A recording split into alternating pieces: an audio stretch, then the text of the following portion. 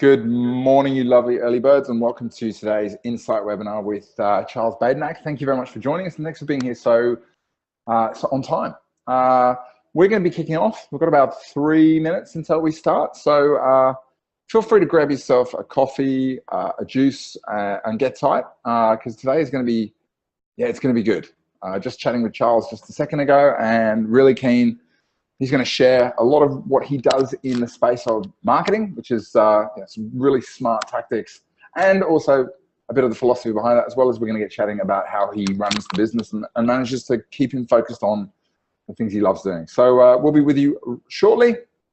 So get set for a great start to your Friday.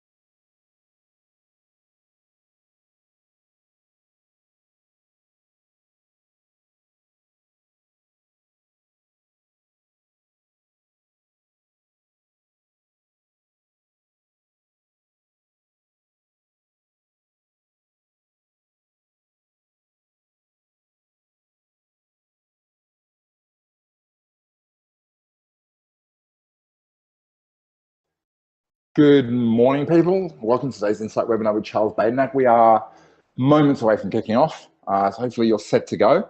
I'm going to ask a couple of questions to kick off, so you can have a think about what's the number one question you want to know about raising your profile in your chosen market, and also getting more efficient within your business. So get those ready to go, because as usual with these Insight webinars, they are more about you being able to ask the questions you want to sort of find out the really good stuff from the success story that Charles has had.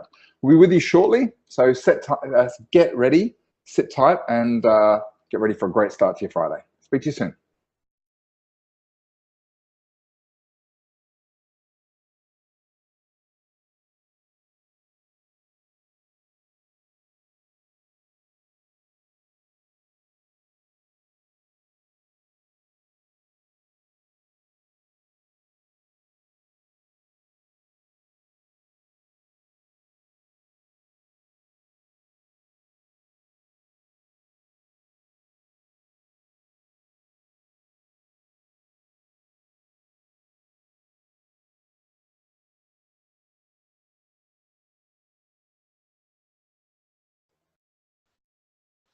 Good morning, everyone. Happy Friday, and welcome to today's Insight webinar. Thank you very much for joining me. Sean, man, always good to have you on a webinar. Jenny, welcome. I think this is your first, so welcome along.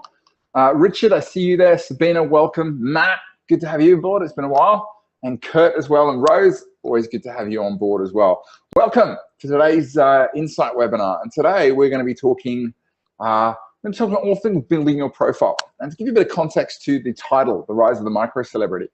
One of the benefits that the internet has given us is something called the long tail. You know, if you wanted to take an interest in a specialist subject a while ago, it was kind of hard to find people who shared your view. And certainly, for example, if you're searching for a book on something, something niche, it was kind of difficult to find. But the internet has meant that it's been able, of different people of different interests, to congregate together and created lots of tribes out there, the world of tribes. And the benefit of this is, whatever you do, whether you're an advisor, a mortgage broker, an accountant, or something else, it's led to what we call the rise of the micro celebrity. In other words, it's very possible using smart marketing techniques to become really well known to those people within a very specific niche, even though people outside of that niche may not know who you are. And that's exactly what today's guest, Charles, has done. Let me give you a background to Charles, because he is quite an extraordinary person. I actually had the opportunity to travel around Australia with Charles. God, was it about a year, maybe 2 years ago? And the one thing Charles constantly says is that he's just an ordinary bloke. And I think Charles is very, very humble about what he does, because he's, for an ordinary bloke, he's had some extraordinary achievements. Over the last 12 years, Charles has spoken at national conferences, schools, universities, public forums, businesses, and at various different things. He's written a self-help financial book called Old Head on Young Shoulders, which actually made the national bestsellers list, something I'm very jealous of. He regularly writes in industry publications, and he's won numerous awards, including Innovator of the Year in 2014 in the Eye for Excellence, Money Management Australian Financial Planner of the Year in 2011, as well as Financial Planning Association Awards, Financial Standard Awards, Future 2 Community Service Awards, State Runners-Up in the FPA Certified Financial Planner, and a whole bunch of other things, as well as holding numerous external board and advisory positions. So Charles is not only a great planner, he's been recognized all around the industry as such. So I'm really looking forward to sort of getting down to it and finding it. Dude, how are you this morning? No, going well. All pumped, really. So good day, Friday, all good. So you've been up at 5 o'clock, you've taken the dog for a walk, you've ridden 30 Ks there and back, and now sort of is sort of mid-morning for you, really, isn't it? Yeah, and I like to start early. Like sort of a lot of guys in their sort of early 40s, had a bit of a midlife crisis, and we sort of ride a bike a few mornings a week with a few guys. It's a good way to start the day. It is indeed. It is indeed. I love cycling. The way they look as they zip past me in the morning. That's about as far as I get. But I'm normally at the rear, mind you, so particularly up the hills. That's a smart place to be, because you're behind someone else. There's a bit of slingshot, shake and bake, that sort of stuff. Yeah, hey, dude, I feel kind of silly asking this, but if there's anybody out there who isn't intimately sort of familiar with you and what you do them a quick favor and just give us a quick overview of who you are, what you do, and who you help. Okay, well, look, we set up a boutique. My business partner and I, Rebecca Ferguson, we left the cosy corporate cubicle about 3.5 years ago. Had to sit out on gardening leave for 6 months, and we basically worked in a room together and tried to sort of map out the sort of business that we would want to work in, and really sort of try and create something that if we were clients, we'd want to go and see. So then we sort of kicked off in June 2014. We've been going about 3 years. We've got 8 of us now. We've got 3 ARs, 5 support staff, and the growth trajectory's been pretty good. And I suppose what we've tried to do is create a business we really enjoy going to and have a passion for, and also the staff enjoy coming to work. So it's good being able to create your own culture and workplace. Beautiful. And do you work with any particular type of client, any particular area, or is it general sort of? I suppose like most advisors out there, we deal with the financial delegators, but also the busy professionals. Okay. Whilst we call ourselves Main Street, it's a bit of a play on words in a sense, and potentially the name may not work in Melbourne or Sydney, but we do tend to work at the pointy end of the market here locally. Okay. And have you always been a Hobart regular, or did you do the smart thing and get out of one of the major cities? Well, I sort of backpacked for a couple of years in the 90s, came back, sort of worked as a commercial lawyer for sort of 4 or 5 years, but just didn't really have a passion for it. So I did the financial planning studies more out of interest than anything else, and realised it was actually more fun than what I was doing. So I made the move to Shadforth in about 2001. Mm-hmm. Stayed there for sort of 13 years, then moved over to the boutique sort of IFA space. Talk to me about, I mean, you don't meet a lot of lawyers who then go on to become financial advisors. I assume you don't, possibly you know more than I do, but tell us about how that came about. It was interesting. There was what I actually had done all the qualifications before I started working at Shadforth, and so I actually put a proposal to my previous firm called Murdoch Clark if we could actually run a financial planning practice in the law firm, and they said, yeah, that's fine. So I actually did sort of 2 days work as a financial advisor and 3 days as a lawyer, but it was kind of like working as a doctor and a dentist in the same office. It kind of didn't work. I did it for 4 months, and I prefer to do my financial planning days and my legal days, and there's a very different way of approaching clients back in those days. So when you're in the law, the clients will do whatever you say. Whereas in financial services, you've actually got to bring the clients along with you, because dealing with someone's money and their personal circumstances, it's a different conversation you have. Okay. And how did you make the transition? Was it just suddenly, one day you're a lawyer, next day you're an advisor, or was it a slow evolution? Very much like that. So I actually I gave Murdoch Park 6 months notice, so which was the longest 6 months of my life, I could tell you. But and I did the 2 days at Shadforth, 3 days at Murdoch Park. That was so I could transition. The clients then sort of kicked off at Shadforth in about June 2001. And one of the first things I did is you walked in and you were given a desk and a phone and a computer, and they guaranteed your salary for a year. And it was very sort of confronting for a guy that hadn't worked in that environment before. So yeah. I sort of had probably 100 key legal clients that I wrote a letter to, and I wanted to make sure they remembered me. So I put 2 minties in each letter. And even today, 15, 16 years later, people still raise that. And I just was a very basic marketing ploy, but it actually worked. So that was sort of how I gradually got started. Just unpack the thought behind putting minties in an envelope. Well, it was, I suppose I just wanted to do something that they would remember, something that was a little bit different. And I suppose that's what we've tried to sort of carry through over the years, because if we drive the same car at the same speed in the same lane as everyone else, we're going to get the same outcome. So what we've tried to do is do the ordinary things extraordinarily well, so that when whoever you come across with, in whatever circumstance, they actually leave with that warm, fuzzy feeling. So in effect, you're actually creating an advocate for what you do. And I suppose it's like building a sandcastle with a grain of sand at a time. And it just has this multiplier effect, and it's really, really powerful. Absolutely. And this is one thing that when I watched your presentation 5 times when we were traveling around the country, and every single time I just got something new out of it. And it was this, you just got this natural ability to look at a thing like a marketing opportunity or a Christmas card and go, how can I just do this? Don't have to spend a lot of money, but how can I do this in such a way that is just going to make it slightly different, slightly out there, and slightly sort of more memorable than everybody else? And that's, it's really impressive. Yeah, so it's, but I remember one year when I did when I was working at Shadforth, we actually used to give Christmas cards. So what I arranged to do is actually had these personalised chocolates done up. And so we put it in the Christmas card. Yeah. Yeah, I remember those sort of things. Or when we were there, we used to have corporate umbrellas.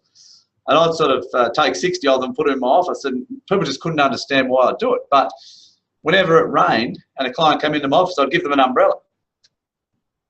And for me, it was absolute no-brainer. And for the client, they were absolutely really appreciated it. And, you walk into a professional's office and you walk out with an umbrella on a rainy day, you're going to remember that professional, and you're going to also tell your friends and family about it. Absolutely.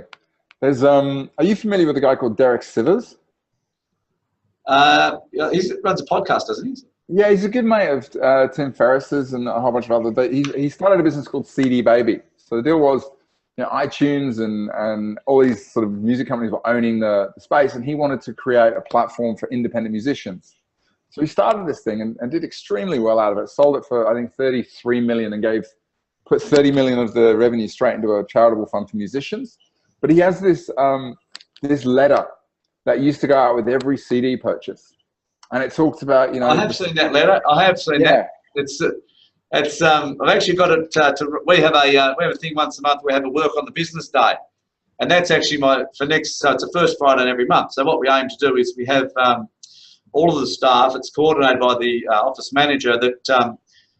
We wear plain clothes and you actually work on the business. We don't see clients. So you try and do something that's going to make your job more productive going forward. So whether that's doing a template letter or that sort of stuff. And normally I run a session to start off with. And I came across that email about the individually wrapped CD. And that's part of the thing I'm talking about customer service next Friday, Stuart. So silk lined gloves. It was carried to the airport and loaded in a gold lined box. And it's just a classic example of how you can take something so mundane and just, someone takes it out and reads it and smiles, and next thing you know, that's done more rounds of the internet than Kim Kardashian, I'd imagine. Genius stuff. Let's talk a bit about. So you've made the leap out of the legal world. You're now with Shadforth. You're obviously not with Shadforth anymore. You've started your own business. So talk to me about that transition. What was the timeframes? How did it happen? What were some of the challenges? I suppose over time, when I first started at Shadforth, we were very much a boutique business, and we grew quite quickly. So We also became listed, so the drivers are different from a listed business to an unlisted business. And I suppose when you hit your early 40s, you really want to control your destiny. I know if I looked in the glass sort of 10 years out, I saw that potentially I would be early 50s. I'd be sort of a price taker, not a price maker. There's always someone younger, faster than you in that sort of environment. Whereas if I actually was to leave and sort of create my own destiny, where I can actually choose what I do, who I do it with, and when I do it, that's really powerful. So took the leap. It was a pretty full-on period, I have to say. Rebecca and I were two of their key business writers. So when you leave, they certainly don't roll out the red carpet for you. I think when I left the office, I nearly tore a hamstring. I was walked out that quick. Went up to the local sort of tavern to get a drink because it was in the afternoon, and it's pretty full on. And by the time I got my drink and came and sat back down, I'd been cut off all the phone system. Wow. The next morning at 8:30, I had a courier letter telling me what I couldn't do. A lot of correspondence from lawyers. I actually didn't do anything wrong. I had to sit out for 6 months, had a 3-year restraint, and it was pretty full on. I mean, there were things that, like, for example, I appeared in the phone book. I left in 2013, appeared in the phone book in 2014, 15 and 16 because they wouldn't remove me. So it was a challenging period, but it actually just motivates you more than you'd ever believe when that happens. Yeah. It's interesting. Look, I've had the experience of sort of leaving, and there's still sort of content that I produced on other people's sites. But that's the thing. You can either choose to look back on it and go, you know what, I'm gonna use this as fuel to fuel me, take me forward. I think it's the only way you can do it. So it's probably one of the best things that happened to us, really, because it actually really put the fire in the belly was already there, but it lit like you wouldn't believe for both Rebecca and I. Absolutely. It's like, thank you for giving me a reason to do this. Totally sort of empathize with that. So this is 2013? Yep. 2013. So Main Street, you took some clients with you or no clients at all? No, we had to start as a greenfield, so we couldn't actually touch any clients for a period of 3 years. So from when my formal finishing date, so till January this year. Great. Yep. But you tend to find that there's plenty of clients around, and it's pretty confronting to start off with. But if you just do those sort of basic things well and are fairly consistent with it, the clients will come. And I suppose we've been able to reinvent ourselves and reinvent ourselves pretty well, actually, and it's been good. So there's two things that I think really I'd like to dive deep on, and feel free to sort of direct this if you want to go in another direction, Charles. But one is the marketing or the profile building, which you've absolutely nailed on so many levels. But the second is, the stuff that we spoke about yesterday, which is being able to see 30 clients, and seem to do this efficiently. Which came first, the profile building and the marketing, or the approach to creating a business that enables you to be front stage? Well, I suppose initially I was been very focused for a long period of time on sort of having a good Google presence, because we are who Google says we are, as you know, and people will do their due diligence that way. So I've been very conscious to have to build my Google profile over the last probably sort of 5 years. Yep. And by doing little things, so whether it's writing blogs for people, whether it's writing articles for people, all of those sort of things. So that's certainly helped. We were very early adopters of video, and we've tried to be sort of quite innovative how we've used video. Yep. So I was one of the early adopters of the Baz Gardner social advisor model with a couple of others, sort of Henderson Maxwell or others, Everlesco or others. There's a few of us, Liam Short. So I've done that, and we focused a lot on the first 6 months when we weren't working on building that Google presence. So making sure that we had some ebooks, all of those sort of resources. And then it's like something that works 24/7, 365 days a year. And so that was probably the start. Then we tried to build systems and processes that what would really enable everyone in the office to actually work at their strengths. So we often go to in large organisations, I've said you've got to work on your weaknesses and whatever, but I kind of don't agree with that. I think we're actually better to build a team that, there's some things I do really, really well and some things I do really, really badly.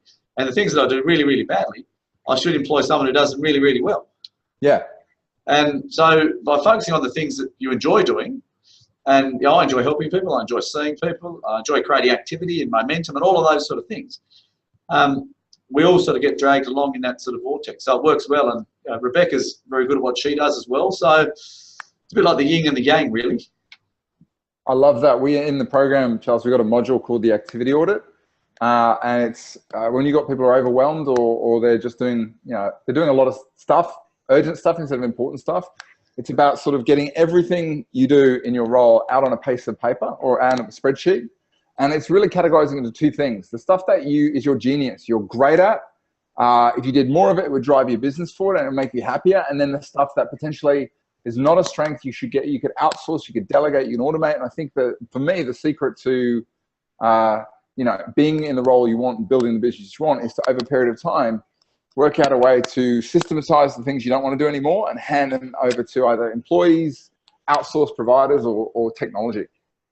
Yeah, and I suppose we did something similar. So we actually divided the work roles into the black zone, the red zone, the green zone.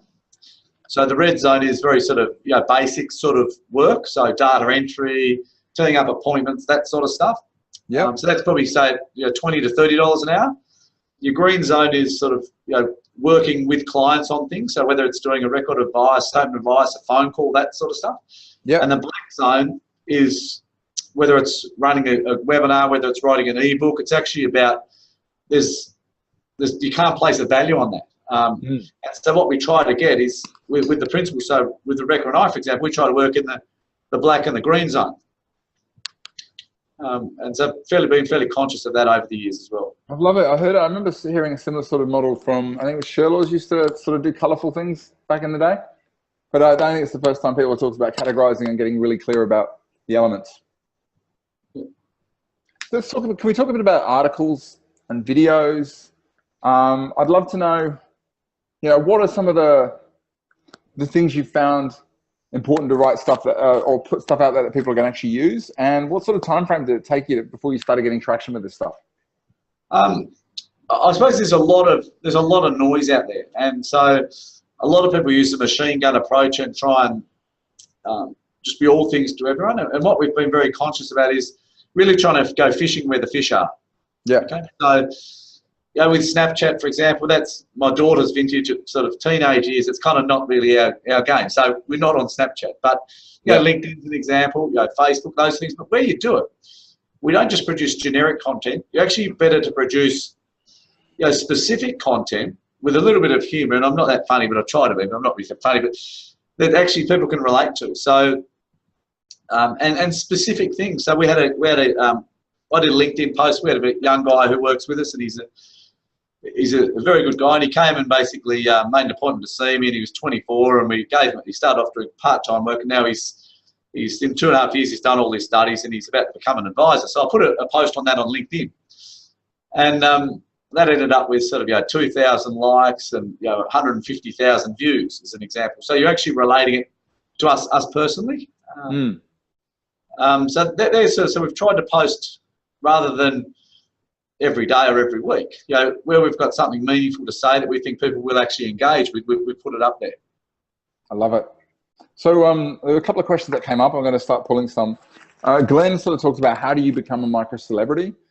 Sean sort of mentioned what's the process for distilling what your personal brand would represent. It feels like we're kind of talking a little bit about this, stand for something, stand against something, state something out there that, is going to attract people who believe what you believe. What's your best advice on how to sort of build that brand and sort of get real estate in people's heads? Yeah, well, I suppose I kind of don't really look at myself as a micro celebrity, to be frank. I appreciate you thinking I am. I knew you wouldn't. I knew you'd be like, I don't know what you're talking about, Stu. But I suppose the key thing I think is to be consistent in what you do and find something that you enjoy. And actually just genuinely help people, because whatever the day, if you're genuinely helping people and giving them information and giving them resources and stuff to help them, I mean, you can't go wrong. It's not like I'm actually asking them for a lot of time. I'm actually giving them stuff. And so whether I'm sending them through an article, whether I'm sort of asking them along to a boardroom lunch, whether I'm actually adding to their life. I'm not. And then so I'm giving, and then at some point, I want to deal with Charles or deal with Rebecca or the team at Main Street. I suppose it's been an evolving process, and I think too many people just want the quick win, and there's no such thing as a silver bullet. It's just consistent. There's a really really great TED talk with Richard St. John, The Secrets of Success. It's about a 3-minute talk. There's a 3-minute version and a 7-minute version. It's something that, like, I probably would watch it once a month, I reckon. It's a really concise way in terms of what you need to do to move forward. And I think I'd encourage everyone to sort of watch it at lunch today. It's a fantastic video. What was his name? Richard St. John, The Secrets of Success. It's Richard actually St. a TED John. video. Yeah. He's the behavioral psychologist, right? Yeah. He also did a great one on why people care less about themselves than they do their future selves than they do strangers, I think. Yeah, I'm not sure about that one, but yeah, it's... Okay. That's perfect. I'm writing that down. That'll be in the notes. Love that. And, you know, you talked about sort of, I get a feeling that patience is the thing that you sort of, if you're going to go this online value creation, create a funnel, how long did it take you to start getting real traction with your videos and your articles? I suppose I was quite lucky in a sense because I was an early adopter. Right. So I kind of looked at it as if I've built my house and I've built a swimming pool and I've put an antenna on the roof and I'm constantly renovating my house. It's very hard for someone who's got a vacant block of land to catch up to me. So if we look at that from a social media, like you've done nothing. So you've got your vacant block of land. I've been building this for sort of 5, 7, 8 years. It's actually quite difficult for you to catch up. So I was quite lucky I did it early. I've been very conscious that we've engaged some really good people. So we've got an SEO team in the Philippines that we get some analytics each month in terms of where we rate with our competitors, with keyword searches, all of that sort of stuff. So, and conscious to do things so, where you have, like, for example, the Google Street View. Now you've got Google Office View, so we've actually got that, which improves your Google Analytics for your business, all of those things. So we're constantly evolving, and I suppose we're conscious that, what got us here yesterday is not going to get us there tomorrow. Love it. I'm going to sort of pull 2 questions from Eve. Wanted to know if you had to sort of nail it down to one tip to build your profile in your market, what would you be focusing on, or what would the tip be? Consistency. So be consistent in what you do. You can't be a one-hit wonder. And so really it's just an ongoing process. And you'd pick where your fish are, and I'd be just consistently adding value in that sort of area. So, and some things, like, for example, Google Groups used to be quite popular a few years ago, but they seem to have sort of gone. And so I was very sort of active in the Tasmanian business Google Groups there for a few years. But yeah, that wasn't sort of working. I had to set up a Google Group for myself that I ran and stuff, and it went well for the first 6 months, but it dropped off. So things are changing, and I suppose it's just a bit like disruptive technology and everything. We've got to be conscious that we've got to constantly move. Yep. Love it. Love it. Cool. And I guess the other thing I always think about with consistency is first thing is be consistent in your message. Don't veer from issue to issue or hot button to hot button, left, right, and center. Try and pick, a few core hot buttons that are really relevant to your market and write about them, talk about them in different ways. And probably the thing is, if you're going to go via video blogging or blogging or whatever your thing is, if you're publishing one blog, 2 in a week, and then you wait a month, and then you publish a video blog, and it's not really going to work. There has to be sort of a consistent production as well, don't you feel? Yeah, no, very much so. And I suppose what we were very conscious, particularly during our gardening leave period, is to actually create a sort of a library of videos that you can use. And they've got enduring value. 3 years ago, I looked a bit younger, but it's still, the message is still relevant. And what's your tech setup for video? What do you use? How do you make it efficient? We've got a video camera guy who's a young uni student. And so we'll get him for the day. We'll actually have 10 to 12 sites. We'll have some script. We use teleprompter from the iPad, so it just sits under the screen. So it's just like I'm a newsreader, and providing I don't move my eyes, you will never know I'm reading it. So it works pretty well. And then we do these short sort of bite-sized sort of 1 to 1.5 minute videos. We haven't done them for a year or two, but other than amending the corporate video, because we have to keep amending because we have new staff coming on board, so we're growing. So that's pretty. But no, it works well. So you can actually get, and that's not overly expensive. So we can get sort of 10 to 15 videos for $1,500. So it's pretty reasonable.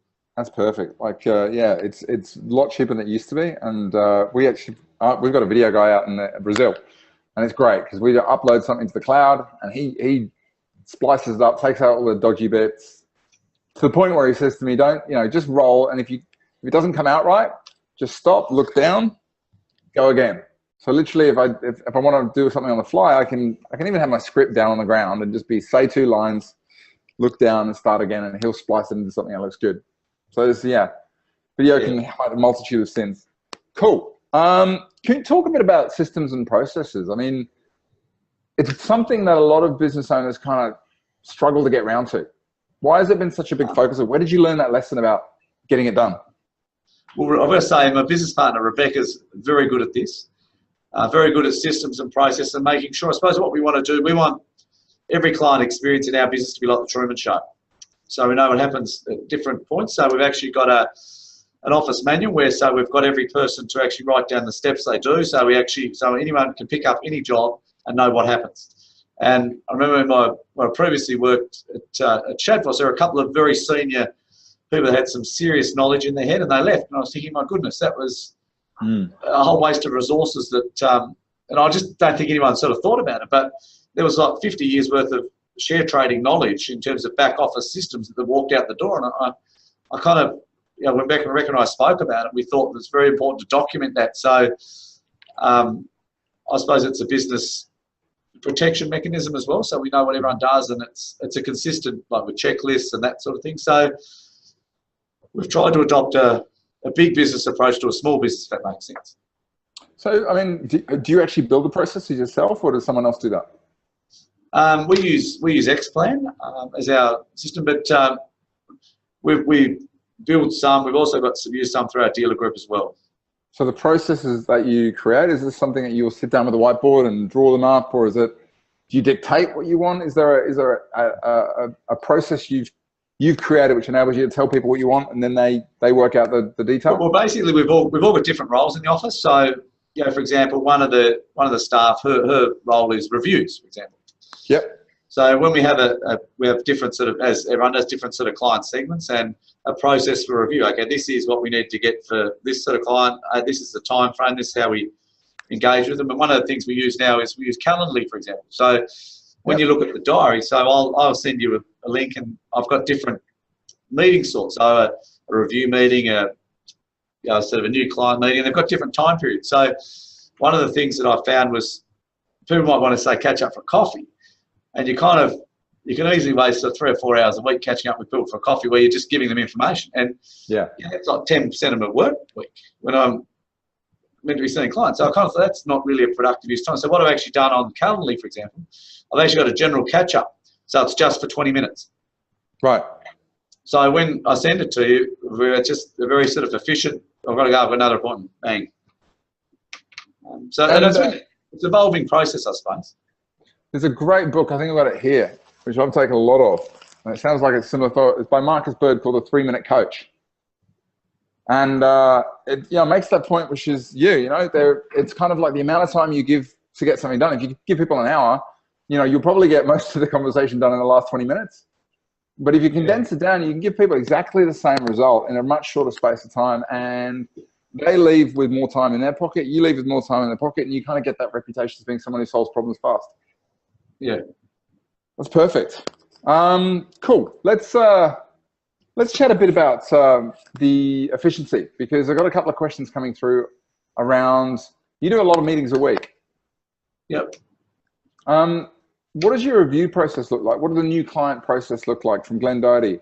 Given what you do, you must be super efficient. Okay, so I suppose what I'm very lucky that Rebecca and I've got a really good support team that really help us out, that are very good at what they do. Right.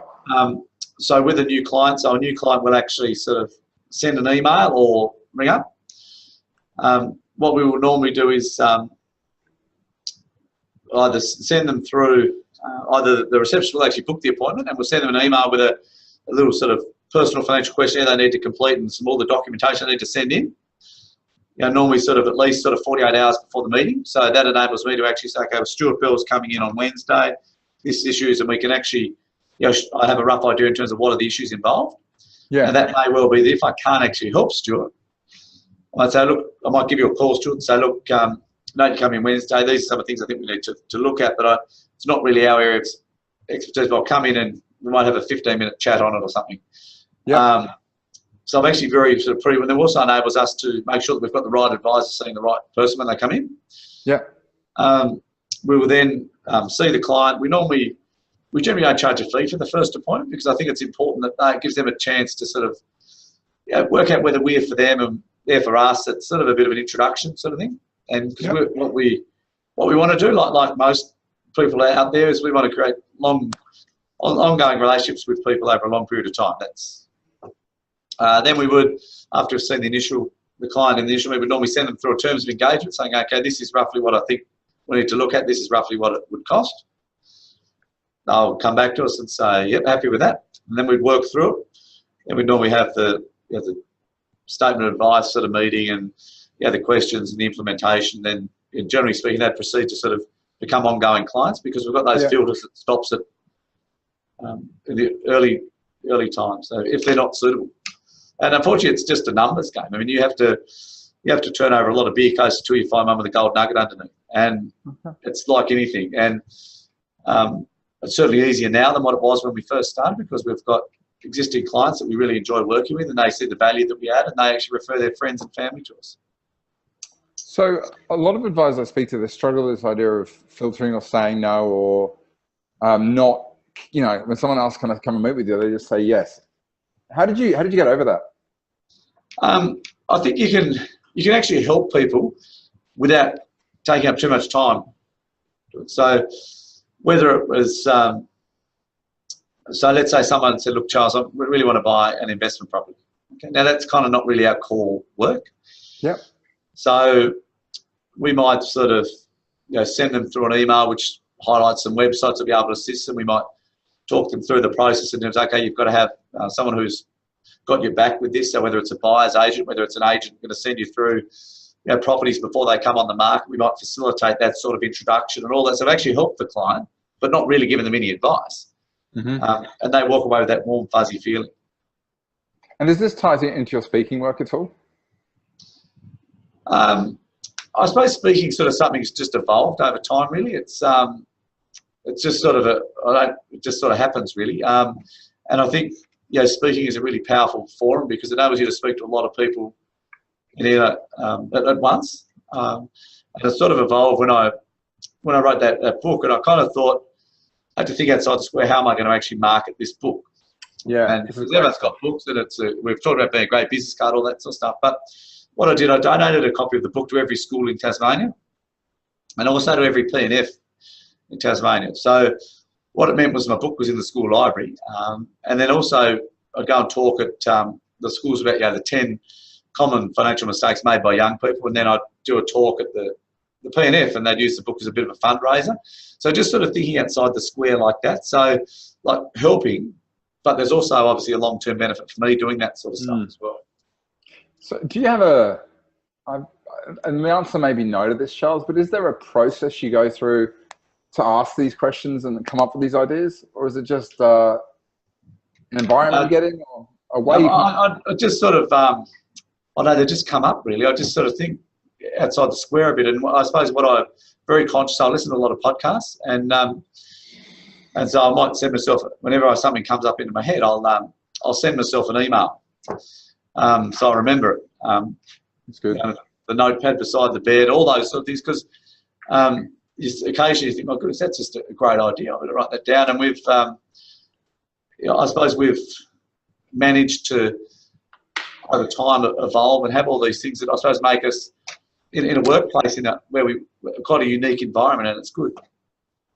Yeah, I use a tool called Voxer, same sort of thing, but it's actually an audio walkie-talkie, so I can dictate something, and then sort of once a week I'll go and check to see what crazy ideas I've come up with, and if they're decent ideas, we pop them into like our Trello, which is our Scrum board. Yeah. And then every 90 days we'll have a look at the ideas and ask questions whether we should do it, because I think there's two parts to this for me. There's one, capturing the ideas, but then there's got to be a filter to really ask, whilst I think it's a good idea, I think the team has to have input into whether it's actually what we focus on, and I've got to sort of check it against what I'm looking to achieve. Otherwise, you can end up sort of chasing shiny ideas along the way?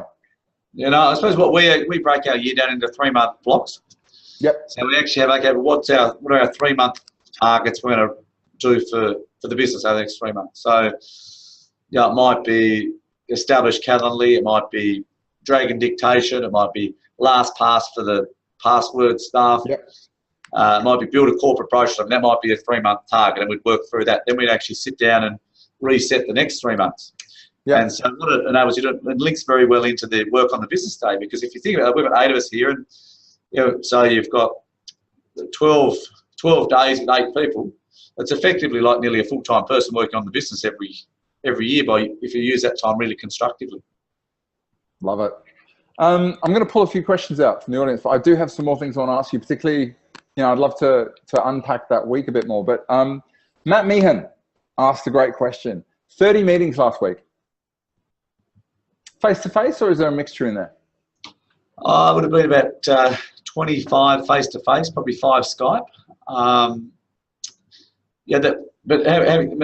People must understand that I've got quite a few people that actually make sure that when I go to a meeting, the file's ready. So I have sort of probably 15 minutes in between meetings where I just read up and make sure I'm up to speed with it. We've prepared the agenda sort of a week before. So you're really hitting the ground running. So I try to make sure that at the end of a Thursday, I've done everything I need to do on a Thursday, and I've got my to-do list for the Friday. I'm all set for the Friday. So it's very, I suppose, planned. It's a little bit like the Truman Show. It works well, and that's my role in the business, is to see people and engage with people. So it's more effective for me doing that rather than writing a statement of advice. It feels a lot like you've really perfected this idea of being the race car driver in the car. You've worked out, right, I don't want to be changing the wheels. I don't want to be getting out refueling the car. So I need to set up a process that enables me to just drive, and then everything else, when I pit, is done and I can move on. Yeah, well, I think that's right, because at the end of the day, the 2 principles, if Rebecca and I don't drive the business, how's the business going to drive? Absolutely. And over time, we've got sort of an advisor in training, I suppose. He'll be an advisor in the next sort of 6 months, but he'll often come in a meeting that's suitable for him, and he'll run with a lot of it. And it's a good training ground for him as well. And I suppose it's the most important thing, I think, from an advisor's point of view, is to engage with clients and people. Absolutely. And that's what you're good at. I mean, I know a lot of advisors who'd love to just work on the strategy stuff, in which case, to your point, play to your strengths and backfill your weaknesses. So if you don't like the client, if you're an introverted advisor, then find somebody who loves the front end stuff. Similarly, I think a lot of businesses got to reach a point where if maybe you don't like managing people and you're not an organizer and a systematizer, then get someone who can manage the practice. Sounds like you've got it in Rebecca. And we've got Rebecca, and we've got an office manager, Anna, who's like Rebecca's. She's an A-grade quality advisor as well, but Anna's our office manager, and Anna loves that stuff. We have a lot of confidence in her, and I suppose we've known her for a long time, and she works well, and we own the building as well, so Anna manages that for us, and we'd be lost without Anna. Can we talk about Xplan just quickly? Yep.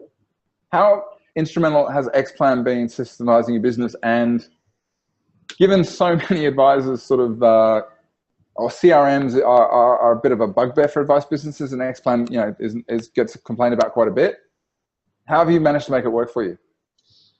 We all have different sort of access limits in Xplan. I've got so my Xplan's pretty basic in a sense. So whilst everything's virtual in terms of, like, I'll see a client will scan up the notes and all that stuff, and I'll do a Dragon dictation file note after each meeting. So for the next meeting, I'll read it so I know what's gone on, and enables you to be really detailed with that.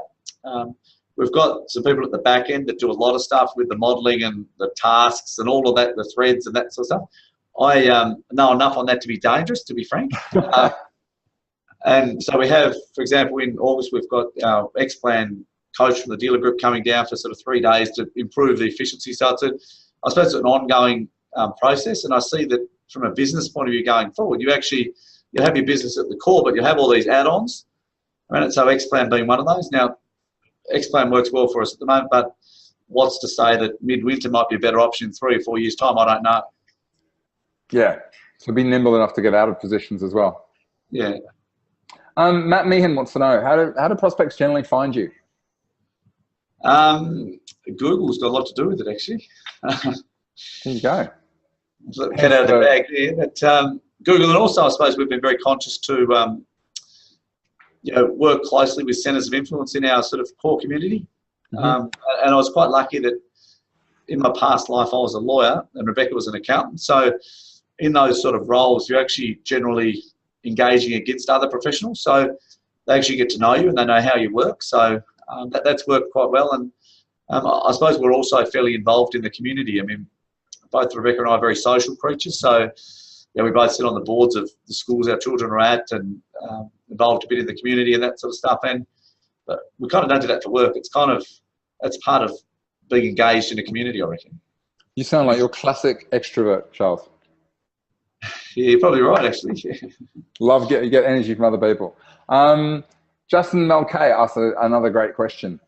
Do delegation. How do you manage to? A lot of people struggle with the delegation. How have you managed to master it so you can delegate all this stuff effectively? What are the tips? But if you can't delegate it, you can't get leverage. So if someone can do it 95% of as well as I can, why shouldn't I delegate it? And it also empowers people, because the last thing people want is someone that micromanages them what they do. So I mean, we're very lucky in terms of the staff we have, but they enjoy running with things, and they enjoy the responsibility. And if they're going to run with it and do as good a job as I'm going to do, why wouldn't I delegate it? I think if I want the business to grow, if Rebecca and I want the business to grow, it's important that we sort of share the responsibility. So I suppose I've never had a problem delegating, and I think the only way you can actually get ahead is to delegate. I think if you micromanage and try to do everything yourself and do those red tasks at $20 an hour, you're wasting your time. So get the idea that you try and do it all yourself and micromanage, you're going to end up sort of pissing everyone off, to be quite honest. But how do you, there's a big difference between dumping stuff on people and delegating effectively. Dumping is generally where you just say, I do this for me, and you don't really give enough guidance. Whereas delegation, you tend to give people a bit of direction, a bit of guidance, but then you step out of their way on the fine detail. How do you find that happy balance? Well, normally we try to sort of, with where we give a staff member a task, I'll normally do a memo, a very detailed memo through Dragon dictation. Okay. And then the office door is always open, and it's they can come in any time, and we work through it. And so it's, I think, dropping and dumping on someone is the worst thing you can do. We have quite a structured process with the staff, so they're generally sort of every step we'd catch up for 15 minutes a week, just in terms of where they're at, what they're doing, just at a personal level, making sure they're comfortable. I suppose taking an interest in them, like we genuinely really like working with them, and we know them better than like the kids' names, the dog's name. They're kind of like friends in a way. Your staff, it's in a small office. It's kind of it's different to a big corporate, and you help each other, and I suppose very there's been times where in the first sort of couple of weeks of January we might be quiet on a new client front, so I'll actually go down to the office and talk to the 24 to look, I haven't got much on, do you want me to take some of your workload off you? And I think that's really important from their point of view. They actually see you doing those sort of things, and happy to help them. I think that's really good. One of the best bits of advice I got, and it works in particular for working with staff who aren't in the same location as you, is understand that even if you're not together, you need to connect as people and take an interest in each other and what you do. And it can't all be work, work, work. At some point, you've got to flip over and realize that, for a third or 2/3 of their life, they've got more than that. They've got nothing to do with your business. And if you don't connect with them about what's happening outside the world, you're only seeing a very small portion of who they are. Yeah. It's very confronting. We had one of the people where he's 24. And his mum was down. He's actually supported himself through uni, and his mum was down from Launceston for his birthday. So I said, "Why don't you bring your mum in for morning tea?" So his mum came in for morning tea. It was very confronting because I was actually older than his mother. I love that. Matt Meehan wanted to know when you came out of Shabforce, you made the decision not to go self-licensed. I know you're with Fitzpatrick's, right? Yeah. Tell us about that decision. Well, initially we actually went, we were pretty green when we first started. So we actually were first licensed through Lonsdale. So we were licensed with Lonsdale for 12 months, and with Mark Stevens and the team, and we really, really enjoyed that. But unfortunately, IFF took over Shadforth. So it's a bit like getting into bed with your ex-wife. We couldn't do it, so we had to leave. So then we engaged Peloton partners to, Rob Jones and Michael Harrison to come up with a couple of dealer groups for us. So then we moved to Fitzpatrick's. We didn't go down the self-licensed route, I suppose, because we wanted to actually focus on actually bringing clients in and building the business. I kind of thought in due course, if we want to do that, we can evolve to that. But we thought it would be sort of taking on too much at this stage. Has worked out well? Yeah, no, it's been good. It's been good. So, we're constantly evolving, but it's good. Good. I had the opportunity to work under Johnny Mack at Hillross. So, okay. There's sort of, it's kind of, when we first walked in there, it's the kind of room you want to walk in because you're the dumbest guy in the room, and they're the sort of good rooms to be in. It totally is, and yeah, John is a smart cat, really smart cat. Glenn Doherty wanted to know, how many clients do you have at the moment, Glenn, Charles? Because you're obviously growing quickly, right? We have about 240 clients. Right. From a scratch. So 200. When I say 200 groups of clients, so 240 ongoing engaged clients. Right. We would probably have we probably have somewhere between sort of 15 to 25 that we're sort of working through with a view to sort of becoming ongoing at any one point in time. So we've got sort of a big, hairy, audacious goal at the end of December next year is to have sort of 300 ideal clients. So we're well on track for that. Yep. And we sort of, again, we break it down into sort of like quarters, and we've got a bit of a scorecard in the engine room, so to speak, which talks about where we sit on that. So all the staff are aware in terms of what we're trying to achieve. And in terms of 300 clients, it's not an overly ridiculous number of clients, but how do you manage like investments? Is it SMAs? Is it tailored? How do you keep it well, it's been a bit of an evolving process actually, because that we've actually got we run a core satellite portfolio.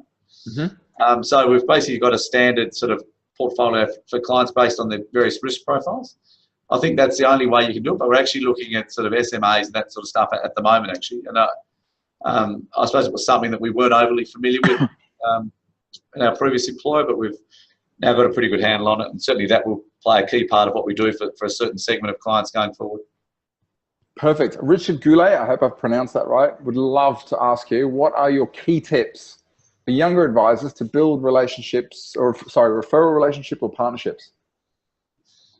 I suppose you've got to, when you're building relationships, it's important you actually build them with people that are like-minded, think the same. So you can have an accountant that you think is fantastic, but if he's not a referral kind of guy and he's not wired that way and he's not committed to self-improvement and committed to sort of building the relationship, you want to be able to grow together. So you want a core group of influencers that you can actually evolve your practice with, so they can benefit from it, you can benefit from it, but also you have a really good time doing it. So you have a bit of banter, you help each other, and so it's part social, part professional. I mean, no one's going to refer your work unless they like you socially.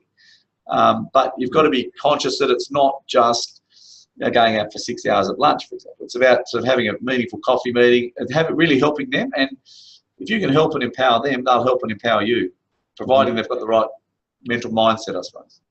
There's a kind of add something else, which is, if you're a growing practice, which a lot of younger advisors do tend to be, and you are on a marketing angle, like you want to go down authority marketing, or you want to put stuff out there, and you're working with a business that doesn't market, they don't do any online stuff, they don't have a newsletter, they don't do events, then straight away that's got to be a red flag that says that whatever you're going to do, you're not going to be able to get control or any sort of control over getting an active stream, and it's going to be a passive thing, which means it's probably not going to be fast. Yeah, and that's probably not the sort of business you want to be in. I think you've got to be in a business that's reflective of your personality. And you're either sort of green and growing or ripe and rotten. And unfortunately, a lot of people in the industry, when you've got a mature client base, they sit back.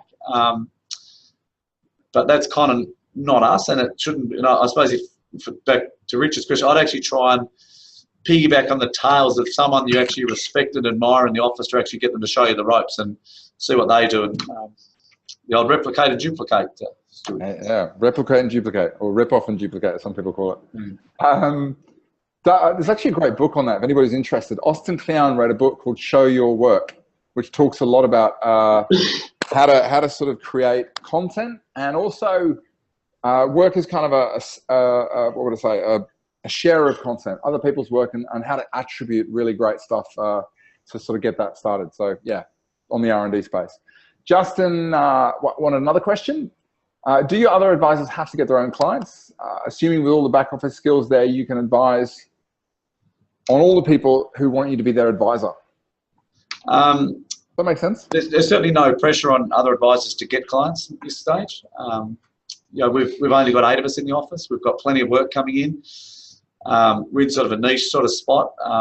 That will evolve over time, but certainly from our end, there's no pressure. At the end of the day, I suppose I see Rebecca and I as the primary rainmakers. And, you know, it's very hard for someone who's sort of 25, 26, 27 to actually replicate what you've got in the mid-40s, because you've had 20 more years of doing it than what they have. So I think so from our point of view, there's certainly no pressure. At the end of the day, we want to deal with ideal clients. We don't want to have, and a lot of people that are, say, a 23-year-old, 24-year-old might bring in, they're kind of not the sort of stuff you can build a business on that you enjoy working in.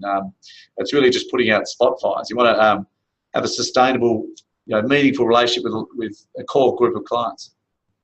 Just deeper on that, what do you think it is? What are the key attributes that make it easier to, you know, be a rainmaker in your 40s than in your 20s? I suppose it's just being patient by sort of investing in yourself from an education point of view. Also being involved in things. So whether it's a sporting club, whether it's an industry body or something, and actually just trying to get as much experience as you can during that time. So like, don't waste your time, because when you get to your 30s and 40s, when you've got children, time is really, really precious. Whereas in your 20s, you've got so much time, use it wisely. And, you know, sort of seek out people, say yes to everything, all of that sort of thing. I think it's, over time you can be more selective, but, you know, grab every experience in your 20s. That'd be my tip. Was it this, I can't remember who said this, but it said when you're young, you've got time and energy, but no money. When you're in your midlife, you've got money and energy, but no time. And then when you get older, you've got time, but you've got no, you've got time and money, but you've got no energy. So I always think about that really carefully. It's so true. Jenny asked a great question. Sounds like you've got an awesome culture in there, Charles, where our staff are really happy to come to work. She would love to know, how have you achieved it? What are the main things you've done to make it happen? I suppose we want work to be fun, and we want, yeah, we do little things. So we have drinks at 4 o'clock on a Friday, and everyone goes, oh, drinks at 4 o'clock on a Friday. But then most people work just after 8. They work through lunch and they work after 5:30. So the least we can do is do that. So we have little things. So we have we bought an arcade game, for example. So we bought an arcade game on Gumtree for $1,000. So every Friday we have a game, and so we have the highest score gets a prize. So what I did is I went to Shiploads, which is a local discount store down here. And, did you say Shiploads? Shiploads, yes. You got to be careful how you say that, Stuart. You do. And so we had, so we've got a whole lot of. So I wrapped up all these presents and stuff, and so it's a lucky dip when you, if you get the highest score in the game, you get to pick a prize. And so some of the prizes are quite humorous. So, so I suppose it's. We've got, I suppose, a lot of the staff have played sport. They've, like one of the, Penny is, she's the 5th fastest backstroker in the world for between 55 and 59, for example. So there's a lot of sort of, I suppose, friendly, engaging sort of, and you've got to enjoy it. If you don't enjoy your work, goodness, it'd be a nightmare. Yeah, absolutely. We're about to do our every 90-day planning, and obviously we've got 2 of our awesome team are overseas. We do something called virtual pizza, where we'll do a planning day, and then around about lunchtime, we'll phone the pizza here, we'll phone the pizza overseas, and everyone gets pizza delivered around about the same time. We sit there in front of Zoom and eat pizza together. The strange thing is my pizza always arrives last. I don't know why that is. So yeah, it's that whole thing about just going, right, how can we do, we're going to do this anyway, so what can we do to make it collegiate or inclusive? Hopefully that was helpful, Jenny. Are there any other tips that you want to put in there? Because I know Jenny, this would be really useful in terms of what she's looking to do in her business. I suppose one of the things we also do is, the old slow to hire as well. So yeah, making sure that sort of we get to know them quite well. Do your due diligence. Don't look at their sort of their referees. You do your LinkedIn check and who they know, and then you give them a call, and doing your personality test. So we've we do a personality test, which I think is $350, which enables us to look at what sort of traits we've got. And that tells us. Also, we do a bit of the prospective person doesn't realise this, but we actually go in and get a tour of the office, and everyone in the office knows that we're going to Stuart Bill's come around and just to give us the sort of the thoughts on him. So little things like that, I suppose, and because in a small team, it's like one bad egg can wreck the whole dynamics, really. Yeah, absolutely. You let a saboteur in amongst your team of advocates, and you got a problem. Jenny, like a couple of things to check out is Inspired Hiring on the members site, which is based on a book called The Who, The A Method for Hiring, and also on the second point, Susan Rochester's webinar, which is actually on YouTube, which talks a lot about psychometric testing, really useful. She gives insight to what it is and isn't. Charles, I know you've got to go, so let me just ask one more question and then we'll close up. I really appreciate your time. Matt and Glenn just want to know about if you're comfortable sharing fees, fee packages, what does it look like? Is there any sort of guidance you can give them around what you found works? Well, I suppose initially, like, there's been a lot of talk in the industry potentially about sort of you're not charging an initial fee. But my view is if a client's not going to pay an initial fee, they're not going to pay an ongoing fee, and they're not going to value your advice. So I think you need to price your advice accordingly. One of the things which, when I first started working, I was actually very on the very cheap end. And one of the things I did is I actually sort of increased the fees by 50% and lost 10% of clients during that period of time. And I wasn't increasing the fees to an excessive level. I was just way below par. And I think we need, as an industry, we need to charge what we're worth, because if we don't, the whole thing falls down. And not every client is going to be a suitable client for you. And I think we need to sort of be conscious of that. And if you look at all the good financial planning businesses, they've got similar things in common. You deal with financial delegators, but engage clients that are prepared to pay a reasonable fee for a reasonable service. Love it. This has been absolutely brilliant. I want everybody to do me a favor. Just head over to the chat box or the Q&A box and let me know what's the number one thing that you've taken from this discussion with Charles. So I'd love to be able to feedback to Charles what's been most useful. And it has been, dude, this has been incredible. Thank you so much for sharing. I always get so much out of just listening to you talk about the whole gamut from how to run a business. You're just doing it the right way. Can you do me a favor? Just let me know if people want to know more about you, what you do, find out a bit about the book. Where can they go to get more information? If you just send me an email, really, I suppose. I'm very sort of approachable. I suppose I think as an industry, we all need to sort of work together to improve the whole financial planning industry. I think we're not really competing against each other. I think we've got to sort of work more together. And this is, I suppose, a forum which enables other advisors to actually hopefully benefit from some of the things that, what I've said. And I don't profess to have all of the answers, but hopefully you've all learned something, hopefully. So Cassandra Mackay, welcome, Cassandra. She said what she's taken from it is do the pre-work before the meeting with the client in order to get better meetings. Totally agree with that. The whole pit stop thing. Elizabeth Hatton, welcome, Elizabeth. She says, delegate and keep your staff happy. Do what you're best at. Thank you very much for sharing. Glenn Doherty says, consistency and patience is the key, which can be challenging at times. I hear you on that, Glenn. Richard Goulet says, focus on your strengths and then be consistent. Love that. Justin says the thing that he's taken from it is delegation and consistency is the key to success. It's a bit coming out there. Matt says, be consistent and go where the fish are. Again, consistency coming through. Jenny says, planning in advance is the key. And Elizabeth just says, hi. This has been awesome. Is there anything else you want to add, Charles? I suppose one of the ethos we have in the office is proper planning prevents poor performance. I think that's the key in everything we do. That is the clean version, isn't it? Because there's another one which is another P. This is a G show, Stuart. So. This is a G show, so we can't go with the actual thing. Jeffrey, welcome. Jeffrey says 4 p.m. drinks every Friday. That's the key. If you do one thing, you say one thing, it's 4 p.m. drinks and grab yourself an arcade game. Which arcade game is it, Charles? Does that have interest? Well, you actually got 60 games on it. So you've got the Frogger, the Space Invaders, the Galaga, the 1942. All that sort of, all of them. So we choose. So what we generally do is, if Friday's the 4th of August, we pick the 4th game. If Friday's the 11th of August, pick the 11th game. So we sort of rotate it a bit.